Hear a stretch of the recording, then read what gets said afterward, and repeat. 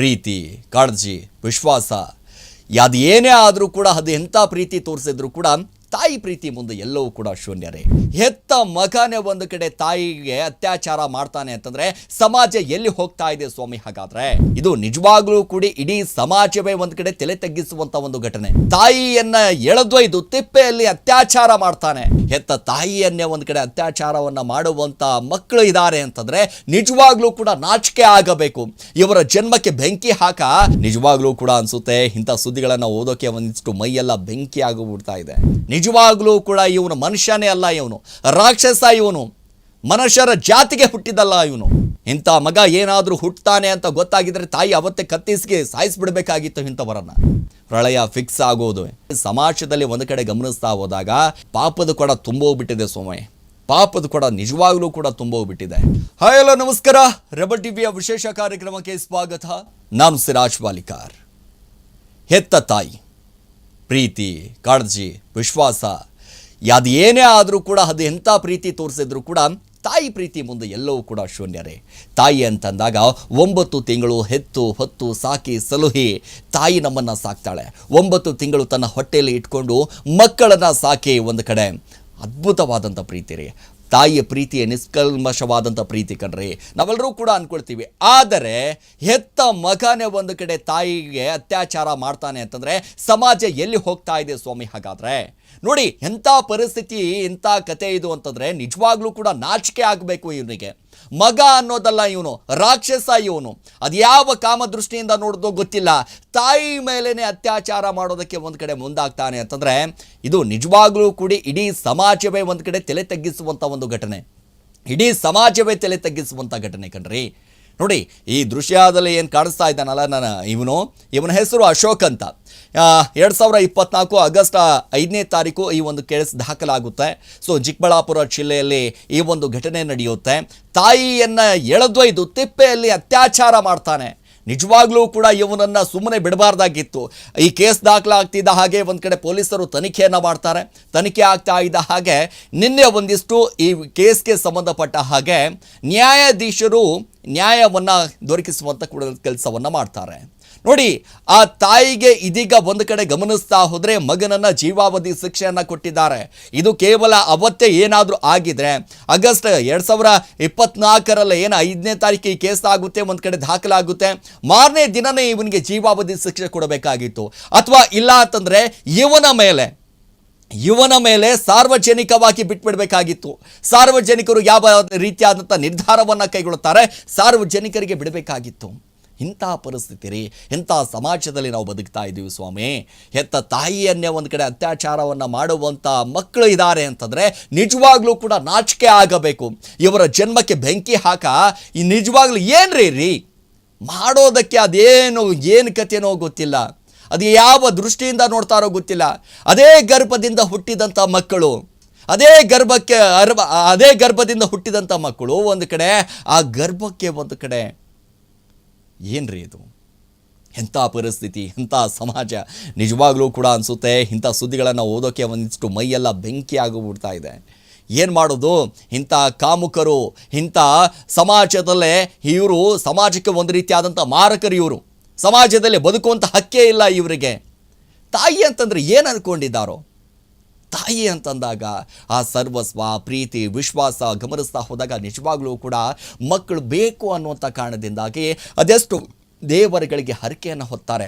ಅದೆಷ್ಟೋ ಹಾಸ್ಪಿಟಲ್ಗಳಿಗೆ ಒಂದು ಕಡೆ ನನಗೆ ಮಕ್ಕಳು ಬೇಕು ನನಗೆ ಮಕ್ಕಳು ಬೇಕು ಅಂತ ಅದೆಷ್ಟೋ ತಾಯಂದಿರು ಈಗಲೂ ಕೂಡ ತುಡಿತಾ ಇದ್ದಾರೆ.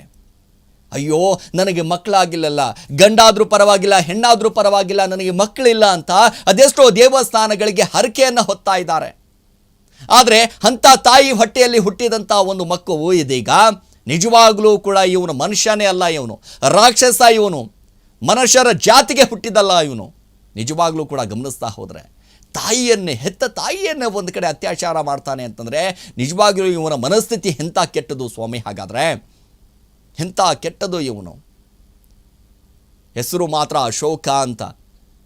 ನೋಡಿ ಈ ರೀತಿಯಾದಂಥ ಪರಿಸ್ಥಿತಿ ನಮ್ಮ ಸಮಾಜ, ಕಲಿಯುಗ ಏನಾಗ್ತಾ ಇದೆಯೋ, ಏನು ಕಥೆನೋ ಗೊತ್ತಾಗ್ತಾ ಇಲ್ಲ. ಹಿರಿಯರ ಜೊತೆ ಯಾವ ರೀತಿಯಾಗಿ ವರ್ತಿಸಬೇಕು, ಹಿರಿಯರನ್ನು ಯಾವ ರೀತಿಯಾಗಿ ಪೂಜಿಸಬೇಕು, ಯಾರನ್ನು ಯಾವ ರೀತಿಯಾಗಿ ಮಾತಾಡಿಸಬೇಕು. ತಂದೆ ತಾಯಿ ಅಂತಂದರೆ ಇತ್ತೀಚೆಗೆ ಹಿಂಗಾಗೋಗ್ಬಿಟ್ಟಿದೆ ಅಂತಂದರೆ ಆಟಿಕೆ ಸಾಮಾನು ಅಂದ್ಕೊಂಡ್ಬಿಟ್ಟಿದ್ದಾರೆ. ತಂದೆ ತಾಯಿಯನ್ನು ಆಶ್ರಮಕ್ಕೆ ಬಿಡುವಂಥದ್ದು, ಮದುವೆ ಆದರೆ ಸಾಕು ಬೇರೆ ರೀತಿಯಾದಂಥ ವರ್ತನೆ, ತಂದೆ ತಾಯಿ ಮೇಲೆ ದೌರ್ಜನ್ಯ ಮಾಡುವಂಥದ್ದು. ಅದೆಷ್ಟೋ ಅನಾಥಾಶ್ರಮಗಳಲ್ಲಿ ನೋಡ್ತಾ ಹೋದರೆ ಸಾಕಷ್ಟು ಸರ್ಕಾರಿ ನೌಕರಿಯನ್ನು ಮಾಡ್ತಾ ಇರುವಂಥ ಮಕ್ಕಳ ತಾಯಂದಿರೇ ಒಂದು ಕಡೆ ಅನಾಥಾಶ್ರಮದಲ್ಲಿ ಇರುವಂಥದ್ದು. ಪರಿಸ್ಥಿತಿ ಹಿಂಗಾಗೋಗ್ಬಿಟ್ಟಿದೆ. ಇಲ್ಲಿ ನೋಡಿದ್ರೆ ಚಿಕ್ಕಬಳ್ಳಾಪುರ ಜಿಲ್ಲೆ ಗುಡಿಬಂಡೆಯಲ್ಲಿ ಒಂದು ಕಡೆ ಗಮನಿಸ್ತಾ ಹೋದರೆ ಇಂಥ ನಾಚಿಕೆಗೇಡು ಒಂದು ಕಡೆ ಸುದ್ದಿ ಆಗ್ತಾ ಇದೆ ಅಂತಂದರೆ, ತಾಯಿಯನ್ನೇ ಅತ್ಯಾಚಾರ ಮಾಡಿ ಅಲ್ಲಿ ತಿಪ್ಪೆಗೆ ಎಳೆದೊಯ್ದು ಅತ್ಯಾಚಾರ ಮಾಡ್ತಾರೆ ಅಂತಂದರೆ ಎಂಥ ಮನಸ್ಥಿತಿ ಸ್ವಾಮಿ ಇವ್ರದ್ದೆಲ್ಲ. ಇವರನ್ನು ಸುಮ್ಮನೆ ಬಿಡಬಾರ್ದು ಇವರನ್ನು.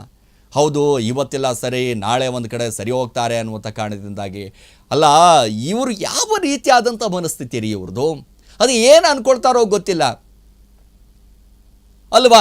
ಒಂದು ಕಡೆ ತಾಯಿ ನನ್ನನ್ನು ಸಾಕಿ ಸಲಹಿ ದೊಡ್ಡವಳು ಮಾಡಿದ್ದಾರೆ, ನನ್ನನ್ನು ತಾಯಿ ನನ್ನನ್ನು ನಿಜವಾಗ್ಲೂ ನನಗೆ ಹೆಮ್ಮೆ ಇದೆ, ತಾಯಿಯ ಆಶೀರ್ವಾದ ತುಂಬ ಇದೆ. ತಾಯಿಯನ್ನೇ ಒಂದು ಕಡೆ ದೇವರ ರೂಪದಲ್ಲಿ ಕಾಣ್ತಾರೆ, ತಂದೆ ತಾಯಿಯೇ ದೇವರು ಅಂತ ಹೇಳ್ತಾರೆ. ಅಂಥದ್ರಲ್ಲಿ ತಾಯಿಯನ್ನೇ ಒಂದು ಕಡೆ ಅತ್ಯಾಚಾರ ಮಾಡ್ತಾನೆ ಅಂತಂದರೆ ನಾಚಿಕೆಗೇಡಲ್ವಾ ಇವನು? ಅಥವಾ ಮನುಷ್ಯರಿಗಾಗಿ ಬಾಯಿಗೆ ಬರುತ್ತೆ ಸಿಕ್ಕಾಪಟ್ಟೆ, ಆದರೆ ಏನು ಮಾಡೋದು? ಇಂಥವರನ್ನು ನಿಜವಾಗ್ಲೂ ಕೂಡ ಸಮಾಜದಲ್ಲಿ ಬದುಕುವಂಥ ಮನಸ್ಥಿತಿ ನಿಜವಾಗ್ಲೂ ಇವರು ಬೇಕಾಗೇ ಇಲ್ಲ ಸ್ವಾಮಿ. ಯಾವಾಗ ಈ ಘಟನೆ ಆಯ್ತಲ್ಲ ಅವತ್ತಿನ ದಿನವೇ ಆಗಬೇಕಾಗಿತ್ತು ಇದು. ಸೊ ಇಷ್ಟು ದಿನಗಳ ಕಾಲ ಇವನನ್ನು ಜೈಲಲ್ಲಿಟ್ಟು ಊಟ ಹಾಕಿ 3 ಹೊತ್ತು ಊಟ ಹಾಕಿ ಇವನನ್ನು ಸಾಕಿ ಸಲುಹಿ ಏನು ದೊಡ್ಡ ಸಮಾಜಕ್ಕೆ ಗನಂದಾರಿ ಕೆಲಸ ಮಾಡಿದ್ದಾನ ಇವನು. ಇಡೀ ಸಮಾಜವೇ ತಲೆ ತಗ್ಗಿಸುವಂಥ ಘಟನೆ ಮಾಡಿದ್ದಾನೆ. ಇಡೀ ಆ ಗ್ರಾಮವೇ ಒಂದು ಕಡೆ ತಲೆ ತಗ್ಗಿಸುವಂಥ ಘಟನೆ ಆಗೋಗ್ಬಿಟ್ಟಿದೆ ಇದೀಗ. ಆ ಕುಟುಂಬ ನೋಡಿ, ತಾಯಿ ಮೇಲೆ ಈ ರೀತಿಯಾಗಿ ತಾಯಿ ಮೇಲೆ ದೌರ್ಜನ್ಯ ಮಾಡ್ತಾರೆ ಅಂತಂದರೆ ನಾಚಿಕೆಗೇಡಿ ಸಂಗತಿ ಅಲ್ವಾ ಇದು? ಅದು ಯಾರ್ರೀ ಇವರು ಎಲ್ಲ?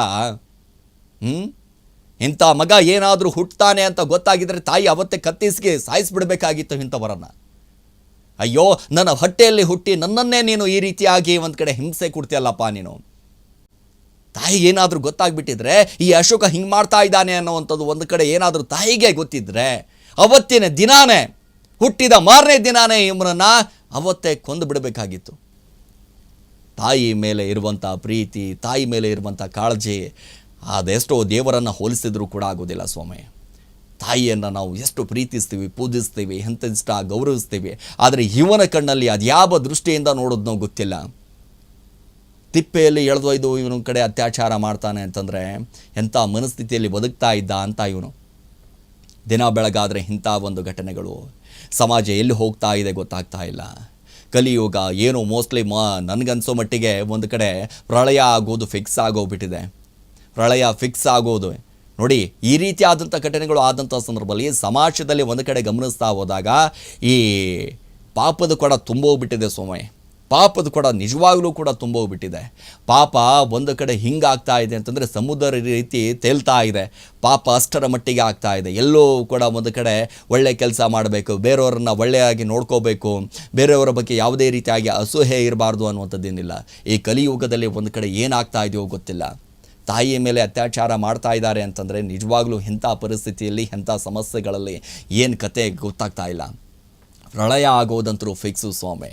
ಈ ರೀತಿ ಆದಂಥ ಸಂದರ್ಭದಲ್ಲಿ ನಿಜವಾಗ್ಲೂ ಕೂಡ ಹೇಳ್ತೀನಿ, ಇಂಥವರನ್ನು ಯಾವುದೇ ಕಾರಣಕ್ಕೂ ಸಮಾಜದಲ್ಲಿ ಬದುಕುವ ಹಕ್ಕಿಲ್ಲ. ನೋಡಿ, ಜೀವಾವಧಿ ಶಿಕ್ಷೆ ಹಾಕಿದೆ. ಈಗ ಸಹಜವಾಗಿ ಒಂದು ಕಡೆ ಅವತ್ತೇ ಆಗಿದ್ದರೆ ನಿಜವಾಗ್ಲೂ ನಮಗೆ ಹೆಮ್ಮೆ ಅನ್ನಿಸ್ತಾ ಇತ್ತು.